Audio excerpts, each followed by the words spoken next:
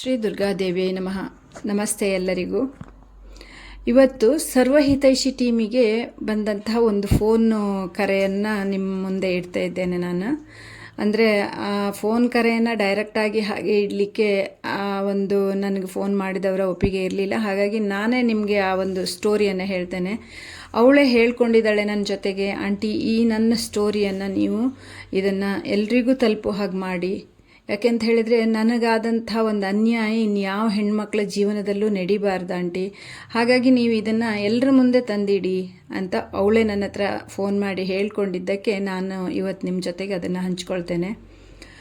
ಅವಳು ಆ ಹುಡುಗಿ ನನಗೆ ಫೋನ್ ಮಾಡಿದ ಹುಡುಗಿ, ಅವಳ ಅಮ್ಮ ಅಪ್ಪನಿಗೆ ಅವಳು ಒಬ್ಬಳೇ ಮಗಳಂತೆ, ಮತ್ತು ಯಾರೂ ಮಕ್ಕಳಿಲ್ಲ ಅವರಿಗೆ.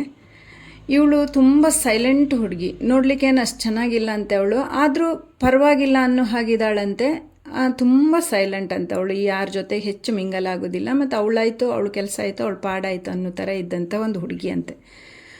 ಅಂಥ ಹುಡುಗಿಗೆ ಅವಳು SLC ರಜದಲ್ಲಿರುವಾಗ ಅವಳು ಸಮೇತ ಏನೋ ಒಂದು ಕೆಲಸ ಮಾಡ್ಕೊಳ್ತಾ ಇದ್ಲಂತೆ. ಅಂದರೆ ಹತ್ತಿರ ಇದ್ದು ಯಾವುದೋ ಫ್ಯಾಕ್ಟ್ರಿಗೆ ಹೋಗ್ತಾ ಇದ್ಲೇನೋ ಮೋಸ್ಟ್ಲಿ. ಅವಳು ಅದನ್ನು ಕರೆಕ್ಟಾಗಿ ನನಗೆ ಹೇಳಲಿಲ್ಲ. ಅಂದರೆ ಅವಳು ಹೇಳು ಮಾತಲ್ಲಿ ನಾನು ಹಾಗೆ ಅಂದ್ಕೊಂಡೆ. ಅಲ್ಲಿ ಹೋಗುವಾಗ ಅಲ್ಲೊಬ್ಬ ಡ್ರೈವರ್ ಪರಿಚಯ ಆಯ್ತಂತೆ. ಆ ಫ್ಯಾಕ್ಟ್ರಿಯಲ್ಲಿದ್ದ ಒಬ್ಬ ಡ್ರೈವರದ್ದು ಇವಳಿಗೆ ಪರಿಚಯ ಆಗಿದೆ.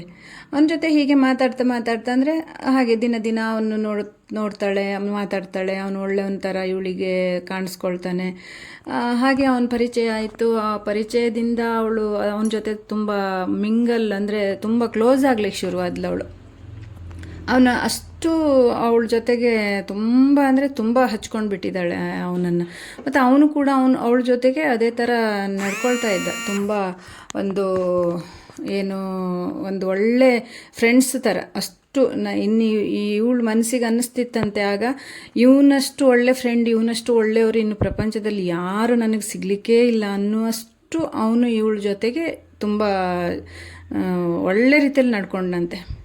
ಹಾಗೆ ಬರ್ತಾ ಇವಳು PUC ಜಾಯ್ನ್ ಆದಳು. ಅವರಿಬ್ಬರದ್ದು ಒಂದು ಬಾಂಧವ್ಯ, ಅವರಿಬ್ಬರದ್ದು ಒಂದು ಆ ಫ್ರೆಂಡ್ಶಿಪ್ಪು ಹಾಗೆ ಉಳಿತಂತೆ. ಕೊನೆಗೆ ಅವಳು PUC ಪಾಸ್ ಮಾಡಿಕೊಂಡ್ಳು. ಅಲ್ಲಿವರೆಗೆ PUCವರೆಗೆ ಇವರಿಬ್ಬರದ್ದು ಫೋನಲ್ಲಿ ಮಾತು ಕತೆ, ಸಿಕ್ಕದಲ್ಲಿ ಮಾತಾಡೋದು ಹಾಗೆಲ್ಲ ನಡೀತಾ ಇತ್ತಂತೆ. ಆಮೇಲೆ PUC ಆಯಿತು. PUC ಆದ ನಂತರ ಇವಳು ಡಿಗ್ರಿಗೆ ಜಾಯ್ನ್ ಆದ್ಲಂತೆ. ಡಿಗ್ರಿಗೆ ಜಾಯ್ನ್ ಆಗುವಾಗ, ಅಂದರೆ ಇವಳು PUCಯಲ್ಲಿದ್ದಾಗಲೇ ಅವನೇನು ಮಾಡಿದ್ದಾನೆ ಅಂತ ಹೇಳಿದರೆ, ಇವಳು ಒಬ್ಬಳೇ ಮಗಳಂತ ತಿಳ್ಕೊಂಡು ಅವಳ ಅಮ್ಮ ಅಪ್ಪನ್ನ ಸಹ ಇವನು ಒಳ್ಳೆ ಒಂದು ವಿಶ್ವಾಸಕ್ಕೆ ತೊಗೊಂಡಿದ್ದಂತೆ. ಮಾತಾಡೋದು, ಕತೆ ಆಡೋದು, ಮನೆಗೆ ಹೋಗಿ ಬರೋದು, ಅವರಿಗೇನಾದರೂ ಹೆಲ್ಪ್ ಮಾಡೋದು, ಆ ಥರ ಒಂಥರ ಅವನು ಹೇಗಂತ ಹೇಳಿದರೆ ಒಬ್ಬ ಮನೆ ಮಗನ ಥರ ಅವರಿಗೆ ಫೀಲ್ ಆಗೋ ಥರ ಅವರನ್ನು ಇಟ್ಕೊಂಡ್ಬಿಟ್ನಂತೆ, ಅವಳ ತಂದೆ ತಾಯಿನೂ ಕೂಡ. ಆಗ ಇವಳಿಗೆ ಡಿಗ್ರಿಗೆ ಸೇರಿಕೊಂಡಾಗ ಇವನು ತುಂಬ ಫೋರ್ಸ್ ಮಾಡ್ತಿದ್ದಂತೆ, ನಾವು ಮದುವೆ ಆಗೋಣ, ಮದುವೆ ಮಾಡ್ಕೊಳ್ಳೋಣ, ನಿನ್ನ ಮನೇಲಿ ಹೇಳು ಅಂತ ಹೇಳಿ. ಅವಳು ಬೇಡ, ನಂದು ಡಿಗ್ರಿ ಒಂದು ಆಗಲಿ ಆಮೇಲೆ ಹೇಳ್ತೇನೆ ಅಂಥೇಳಿ, ಇಲ್ಲ ನೀನು ಈಗಲೇ ಹೇಳು, ಮದುವೆ ಮಾಡ್ಕೊಳ್ಳಿ, ನೀನು ಆಮೇಲೆ ಡಿಗ್ರಿಗೆ ಹೋಗ್ಬೋದು, ಏನಾಗೋದಿಲ್ಲ, ಹಾಗೆ ಹೀಗೆ ಅಂತೆಲ್ಲ ಹೇಳಿದ್ನಂತೆ. ಇವಳು ಅದನ್ನೆಲ್ಲ ಹೌದಂತ ನಂಬ್ಕೊಂಡು ಅವನನ್ನು ಎಷ್ಟು ನಂಬಿದ್ಲು ಅಂತ ಹೇಳಿದರೆ, ಅವನು ಏನು ಹೇಳ್ತಾನೋ ಆ ಗೆರೆ ದಾಟಿ ಹೋಗ್ತಾನೆ ಇರಲಿಲ್ಲ ಆಗಿತ್ತಂತೆ ಅವಳು. ಈಗ ಇವಳು ಮನೇಲಿ ಬಂದು ಅಮ್ಮ ಅಪ್ಪನ ಜೊತೆ ಹೇಳಿದಾಗ, ಹೀಗೆ ಅವನ ಜೊತೆಗೆ ನನಗೆ ಮದುವೆ ಮಾಡಿಕೊಡಿ, ನಾನು ಅವನನ್ನು ತುಂಬ ಇಷ್ಟಪಡ್ತೇನೆ ಅಂತ ಮನೇಲೆಲ್ಲ ಹೇಳಿದ್ಲಂತೆ. ಮನೇಲಿ ಹೇಳಿದಾಗ ಅಪ್ಪ ಅಮ್ಮ ಎಷ್ಟು ಅವನಿಗೆ ಕ್ಲೋಸ್ ಇದ್ದರೂ ಸಮೇತ ಅವಳು ಮದುವೆ ವಿಷಯ ಬಂದಾಗ ಅವರು ಎಚ್ಚೆತ್ಕೊಳ್ತಾರಲ್ವ. ಯಾವುದೇ ತಂದೆ ತಾಯಿಗಳಿಗಾದರೂ ಹಾಗೆ ಅಲ್ಲ, ನಮ್ಮ ಮಕ್ಕಳು ಸುಖವಾಗಿರಲಿ ಅನ್ನೋದೇ ಒಂದು ಭಾವನೆ ಇರುತ್ತೆ. ಒಬ್ಬ ಡ್ರೈವರಿಗೆ ಕೊಡಲಿಕ್ಕೆ ಅವರೇನು ಅಷ್ಟು ಇಷ್ಟಪಡ್ತಿರ್ಲಿಲ್ಲ ಆಗಿತ್ತು. ಮತ್ತು ಇವಳಿಗೆ ಓದಿಸ್ಬೇಕು ಅನ್ನೋದು ಅವ್ರದ್ದೊಂದು ಕನಸಿತ್ತಂತೆ. ಅವ್ರು ಹೇಳಿದ್ರಂತೆ, ಬೇಡ ನೀನು ಓದ್ಕೋ, ಆಮೇಲೆ ನಿಂಗೆ ಒಳ್ಳೆ ಹುಡುಕಿ ಮದುವೆ ಮಾಡೋಣ, ಈ ಡ್ರೈವರ್ ಕೆಲಸದವರೆಲ್ಲ ಬೇಡ, ಅವರು ನಿಂಗೆ ಸರಿಯಾಗೋದಿಲ್ಲ, ಅದು ಬೇಡ, ಬಿಟ್ಬಿಡು ಅಂತ. ಇವಳು ಹಠ ಮಾಡಿದ್ಲಂತೆ, ಇಲ್ಲ ನನಗೆ ಅವನೇ ಆಗಬೇಕು, ಅವನಿಗೆ ಮದುವೆ ಮಾಡಿಕೊಡಿ ನನಗೆ, ಹಾಗೆ ಹೀಗೆ ಅಂತೇಳಿ. ಆಮೇಲೆ ಅವ್ರ ಮನೆಯವರು, ಅಮ್ಮ ಅಪ್ಪ ಎಲ್ಲ, ಅವ್ರದ್ದೇ ಎಲ್ಲ ರಿಲೇಷನು, ಇವಳಿಗೆ ಯಾರೆಲ್ಲ ಕ್ಲೋಸ್ ಇದ್ದಾರೆ, ಇವಳದ್ದು ಯಾರು ಫ್ರೆಂಡ್ಸ್ ಇದ್ದಾರೆ, ಅವರಿಗೆಲ್ಲರಿಗೂ ಹೇಳಿ ಇವರನ್ನು ಬಿಡಿಸ್ಲಿಕ್ಕಾಗುತ್ತಾ ನೋಡೋಣ ಅಂಥೇಳಿ ಅವರು ಕಲ್ಪನೆಯಲ್ಲೂ ಕೂಡ ಇರಲಿಲ್ಲ ಅಂತೆ. ತಂದೆ ತಾಯಿ ಅಂದ್ಕೊಳ್ತಿದ್ರಂತೆ, ನನ್ನ ಮಗಳು ಇಂಥ ಒಂದು ಕೆಲಸ ಮಾಡೋದೇ ಇಲ್ಲ ಅಂಥೇಳಿ. ಯಾಕೆಂದರೆ ಇವಳು ಅಷ್ಟು ಒಳ್ಳೆ ಹುಡುಗಿ ಅಂತೆ, ಅಷ್ಟು ಒಳ್ಳೆ ಹುಡುಗಿ. ಇವಳು ಯಾರ ಜೊತೆಗೂ ಬೆರೀತಿರ್ಲಿಲ್ಲ ಆಗಿತ್ತಂತೆ, ತುಂಬ ಸೈಲೆಂಟ್ ಆಗಿರ್ತಿದ್ಲಂತೆ. ಅದು ಹೇಗೆ ಅವರು ಅಮ್ಮ ಅಪ್ಪ ಅಂದ್ಕೊಳ್ತಾರಂತೆ, ಇವಳೇ ಹೇಳೋದು ನನಗೆ, ನನ್ನ ಅಪ್ಪ ಅಮ್ಮ ಕನಸಲ್ಲಿ ಕೂಡ ಎಣಿಸ್ಲಿಲ್ಲ ನಾನು ಈ ಥರ ಮಾಡ್ತೇನೆ ಅಂಥೇಳಿ. ಅಂಥ ಒಂದು ಒಳ್ಳೆ ತಂದೆ ತಾಯಿಗಳಿಗೆ ನಾನು ದ್ರೋಹ ಮಾಡಿದೆ ಅಕ್ಕ ಅಂತ ನನ್ನ ಹತ್ರ ಹೇಳ್ತಾ ಇದ್ಲು ಅವಳು. ಆಮೇಲೆ ಇವಳು ಒತ್ತಾಯ ಮಾಡಿದ್ದು ಯಾರು ಹೇಳಿದರೂ ಕೂಡ, ಯಾರ ಹತ್ರ ಹೇಳಿಸಿದ್ರೂ ಕೂಡ ಇವಳು ಒಪ್ಪಲಿಲ್ಲ ಅಂತೆ. ಅವನು ಇಲ್ಲದೇ ಇದ್ರೆ ನಾನು ಬದುಕುವುದೇ ಇಲ್ಲ, ಒಂದೊಮ್ಮೆ ನೀವು ಮದುವೆ ಮಾಡಿ ಕೊಡಲಿಲ್ಲ ಅಂದರೆ ನಾನು ಅವನು ಮನೆ ಬಿಟ್ಟು ಹೋಗ್ತೇವೆ ಅಂಥೇಳಿ. ಆಗ ತಾಯಿ ತಂದೆ ಏನು ಅಂದ್ಕೊಳ್ತಾರೆ, ಮನೆ ಬಿಟ್ಟು ಹೋಗೋದಕ್ಕಿಂತ ಇವನ ಜೊತೆ ಮದುವೆ ಮಾಡಿದರೆ ಇಬ್ಬರು ಮನೇಲಾದರೂ ಇರ್ತಾರಲ್ಲ ಅಂತ ಹಂಗೆ ಥಿಂಕ್ ಮಾಡಿ ಅವರಿಬ್ಬರಿಗೆ ಮದುವೆ ಮಾಡಿ ಕೊಟ್ಟರು. ಮದುವೆ ಮಾಡಿ 1 ವರ್ಷ ಚೆನ್ನಾಗಿ ನೋಡ್ಕೊಂಡಂತೆ ಅವಳನ್ನು, ತುಂಬ ಚೆನ್ನಾಗಿ ನೋಡ್ಕೊಂಡಂತೆ. ಅಂದರೆ ಕೆಲಸಕ್ಕೆ ಹೋಗೋದು ಬೇಡ, ಕಾಲೇಜಿಗೂ ಹೋಗೋದು ಬೇಡ, ನಿನ್ನ ಮನೇಲಿರು, ನಾನು ತಂದು ಹಾಕ್ತೇನೆ, ನಾನು ಸಾಕ್ತೇನೆ, ಹಾಗೆ ಹೀಗೆ ಅಂತೇಳಿ ಅವಳನ್ನು ಕಾಲೇಜಿಂದ ಬಿಡಿಸಿದ್ನಂತೆ. ಆಗ ಇವಳು ಪ್ರೆಗ್ನೆಂಟ್ ಆಗ್ತಾಳೆ. ಪ್ರೆಗ್ನೆಂಟ್ ಆದಾಗ ಇವನು ಏನು ಮಾಡೋದು, ಇವಳು ಪ್ರೆಗ್ನೆಂಟ್ ಒಂದು 5-6 ತಿಂಗಳಾಗುವಾಗ ಇವನು ಕುಡ್ಕೊಂಡು ಬರೋದು, ಕುಡ್ಕೊಂಡು ಬಂದು ಇವಳಿಗೆ ಬೈಯೋದು, ಅವಳ ಅಮ್ಮ ಅಪ್ಪನಿಗೆ ಬೈಯೋದು, ಹೀಗೆಲ್ಲ ಶುರು ಮಾಡಿದ್ನಂತೆ ಸ್ಟಾರ್ಟಿಂಗ್. ಆಮೇಲೆ ಬರ್ತಾ ಬರ್ತಾ ಇವಳದು ಡೆಲಿವರಿ ಟೈಮಿಗೆ ಅವನು ಸಿಕ್ಕಾಪಟ್ಟೆ ಕುಡಿಯೋದಂತೆ, ಮನೇಲಿ ಅಮ್ಮ ಅಪ್ಪನಿಗೆಲ್ಲ ಹೊಡೆಯೋದಂತೆ, ಅವಳಿಗೆ ಪ್ರೆಗ್ನೆಂಟ್ ಇದ್ದಾಗ ಅವಳಿಗೆ ಸಹ ಹೊಡೆಯೋದಂತೆ.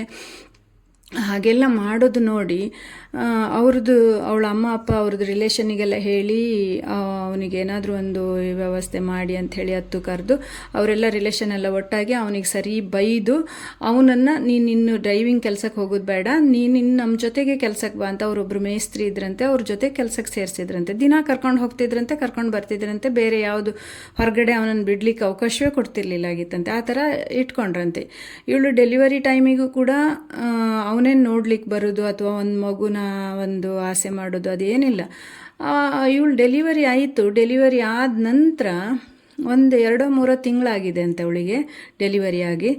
ಆಗ ಇವನು ಒಂದಿನ ಎಲ್ಲೋ ಹೋಗಿ ಬರ್ತೇನೆ ಅಂತ ಹೇಳಿದವನು ಮತ್ತೆ ಪತ್ತೆನೇ ಇಲ್ಲ ಅಂತೆ, ಎಲ್ಲಿ ಹೋದ ಅಂತ ಗೊತ್ತಿಲ್ಲ. ಇವಳಿಗೆ ಕೊಡಬಾರ್ದು ಹಿಂಸೆ ಕೊಟ್ಟಿದ್ದಾನೆ ಆಲ್ರೆಡಿ ಅವನು.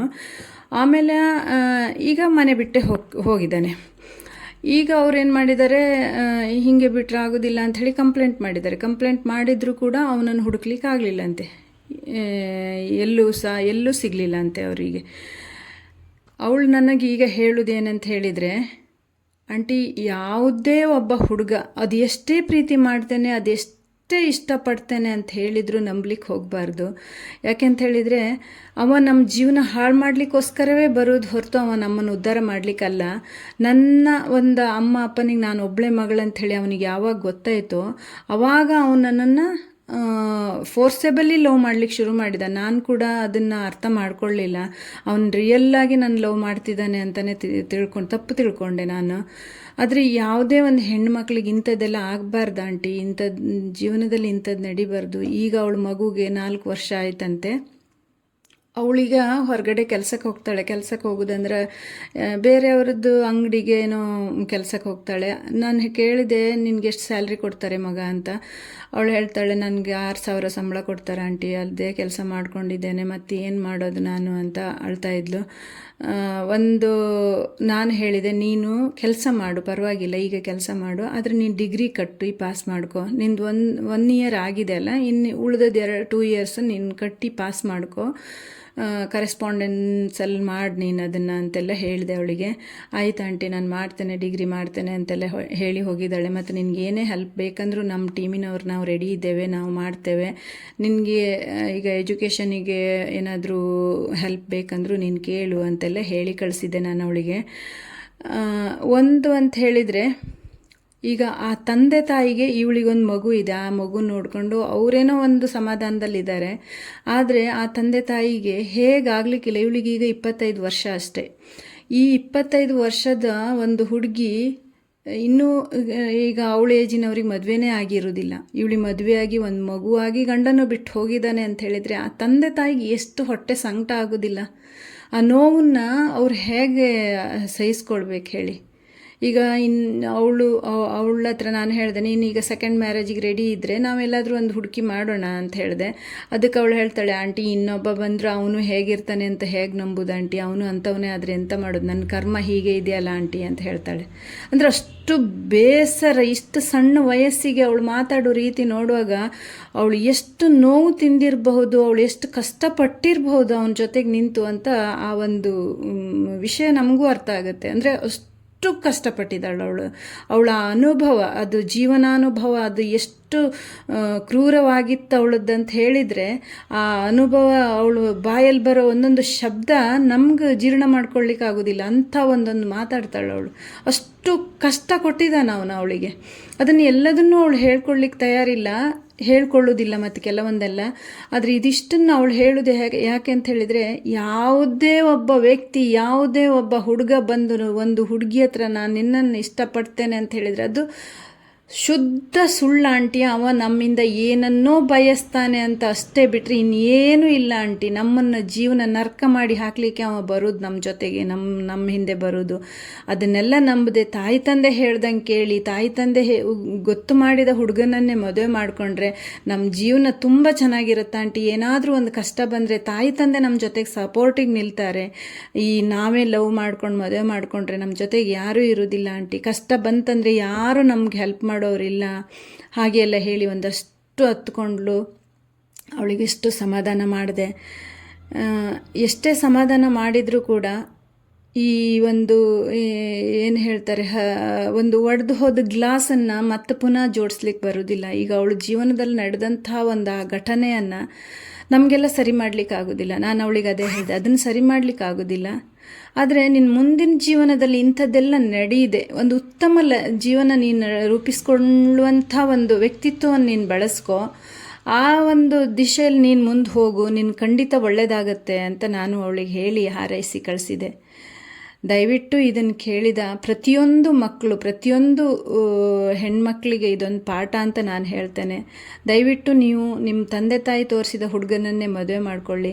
ನೀವೇ ಇಷ್ಟಪಟ್ಟರೆ ನಿಮ್ಮ ಹುಡುಗ ಹೇಗೆ ಏನು ಅಂಥೇಳಿ ನಿಮ್ಗೆ ಗೊತ್ತಿಲ್ಲದೆ ಇದ್ದರೆ, ಅಥವಾ ಅವನು ಸುಳ್ಳು ಹೇಳಿದರೆ, ನೋಡಿ ಅವಳು ಇಷ್ಟಪಟ್ಟಂಥ ಒಂದು ಹುಡುಗ ಅಷ್ಟು ಮದುವೆ ಮಾಡ್ಕೊಂಡು ಹುಡುಗ ಅವ್ರ ಜೊತೆಗಿದ್ದು ಅವ್ರ ತಂದೆ ತಾಯಿಗಳ ಒಂದು ಸ್ನೇಹವನ್ನು ಬೆಳೆಸಿಯೂ ಅವ್ರ ತಂದೆ ತಾಯಿಗಳಿಗೂ ಅವನು ಭಾರಿ ಕ್ಲೋಸ್ ಆಗಿ ಸಮೇತ ಅವನು ಎಷ್ಟು ಮೋಸ ಮಾಡಿದಾನೆ ಅಂತ ಹೇಳಿದ್ರೆ, ಅವನು ಅನ್ಯಧರ್ಮೀಯ ಹುಡುಗ ಅಂತೆ. ಅದು ಕೊನೆಗೆ ಕಂಪ್ಲೇಂಟ್ ಕೊಡುವಾಗ ಗೊತ್ತಾಯ್ತಂತೆ ಅವರಿಗೆ. ಅದು ಯಾರೋ ಹೇಳಿದ್ರಂತೆ ಅವನು ಹಿಂದೂ ಅಲ್ಲ ಅಂತ ಹೇಳಿಕೊಂಡು. ನೋಡಿ ಎಷ್ಟೆಲ್ಲ ಮೋಸ ಮಾಡ್ತಾರೆ ಅಂತ ಹೇಳಿದರೆ ಅದನ್ನು ಊಹಿಸ್ಲಿಕ್ಕೂ ಸಾಧ್ಯ ಇಲ್ಲ. ನಾನು ನಿಮಗೆ ಹೇಳೋದು ಇಷ್ಟೇ, ಮೋಸಕ್ಕೊಳಗಾಗುವ ನಮ್ಮಂಥವ್ರು ಇದ್ದರೆ ಮೋಸ ಮಾಡೋರು ತುಂಬ ಜನ ಇರ್ತಾರೆ. ಮೋಸಕ್ಕೊಳಗಾಗದೇ ಇದ್ದರೆ ಯಾರು ಮೋಸ ಮಾಡ್ಲಿಕ್ಕೆ ಬರ್ತಾರೆ? ನಾವು ಯಾಕೆ ಇನ್ನೊಬ್ಬರನ್ನು ನಂಬಬೇಕು? ನಮ್ಮ ಮನೆಯವರನ್ನು, ನಮ್ಮ ಫ್ಯಾಮಿಲಿಯವರನ್ನು, ನಮ್ಮವರನ್ನು ನಾವು ನಂಬಬೇಕು. ಅವ್ರು ನಮಗೊಂದು ಬೈತಾರೆ, ಹೊಡಿತಾರೆ, ಅಥವಾ ನಮಗೇನೋ ಒಂದು ನಾವು ಎಡವಿದಾಗ ನಮ್ಗೆ ತಿದ್ದಿ ಬುದ್ಧಿ ಹೇಳೋರು ಅವರೇ ಅಲ್ವಾ? ಅಂಥವ್ರ ಮಾತನ್ನು ಕೇಳಿ ನೀವು, ಅವರನ್ನು ನೀವು ವಿಶ್ವಾಸಕ್ಕೆ ತಗೊಳ್ಳಿ. ಇನ್ನು ಯಾವನೋ ಬರ್ತಾನೆ, ಅವನು ಯಾರೋ ಗೊತ್ತಿಲ್ಲದವನು, ಅವನ ಜೊತೆಗೆ ವಿಶ್ವಾಸಕ್ಕೆ ಇಟ್ಕೊಂಡು ಅವನನ್ನು ವಿಶ್ವಾಸಕ್ಕೆ ತಗೊಂಡು ಅವನಿಂದ ನೀವು ನೋವು ಅನುಭವಿಸೋದು, ಆಮೇಲೆ ಮೋಸಕ್ಕೊಳಗಾಗೋದು, ನಿಮ್ಮ ಒಂದು ಬಾಳನ್ನು ಅವನು ಹಾಳು ಮಾಡೋದು, ಅಂಥದಕ್ಕೆಲ್ಲ ನೀವು ಅವಕಾಶ ಮಾಡಿಕೊಡ್ಬೇಡಿ ಮಗಳೇ. ಇನ್ನೂ ಒಂದಷ್ಟು ಫೋನ್ ಕಾಲ್ಗಳು ಬರ್ತಾಯಿದೆ ನನಗೆ. ನಾನು ಅದನ್ನೆಲ್ಲದನ್ನು ನಿಮ್ಮ ಜೊತೆಗೆ ನಾನು ಹಂಚ್ಕೊಳ್ತೇನೆ. ಯಾಕೆಂತ ಹೇಳಿದರೆ ಇದೊಂದು ಬಹುಶಃ ನಾನು ಅಂದ್ಕೊಳ್ತೇನೆ, ಈ ಒಂದು ನಮ್ಮ ಸರ್ವಹಿತೈಷಿ ಟೀಮಿನ ಉದ್ದೇಶ ಖಂಡಿತ ಒಳ್ಳೆಯದಿದೆ, ಖಂಡಿತ ಒಳ್ಳೆಯದಾಗುತ್ತೆ ಎಲ್ರಿಗೂ ಅಂತ ಅಂದ್ಕೊಳ್ತೇನೆ. ಈ ಒಂದು ಪ್ರತಿಯೊಬ್ಬರ ಜೀವನದಲ್ಲಿ ನಡೆಯುವಂಥ ಒಂದೊಂದು ಘಟನೆ ಕೇಳುವಾಗ ತುಂಬ ಅಂದರೆ ತುಂಬ ಇಂಥವರೆಲ್ಲ ಇದ್ದಾರಲ್ಲ ನಮ್ಮ ಸಮಾಜದಲ್ಲಿ, ನಾವು ಇರಬೇಕಲ್ಲ ಇವ್ರ ಜೊತೆಗೆ ಅನ್ನುವಾಗ ನಾವು ಸ್ವಲ್ಪ ಎಚ್ಚೆತ್ಕೊಳ್ಬಹುದು, ನಾವು ಸ್ವಲ್ಪ ಜಾಗೃತರಾಗಬಹುದು ಅಂತ ನಾನು ಅಂದ್ಕೊಳ್ತೇನೆ. ನಮಸ್ಕಾರ ಎಲ್ಲರಿಗೂ.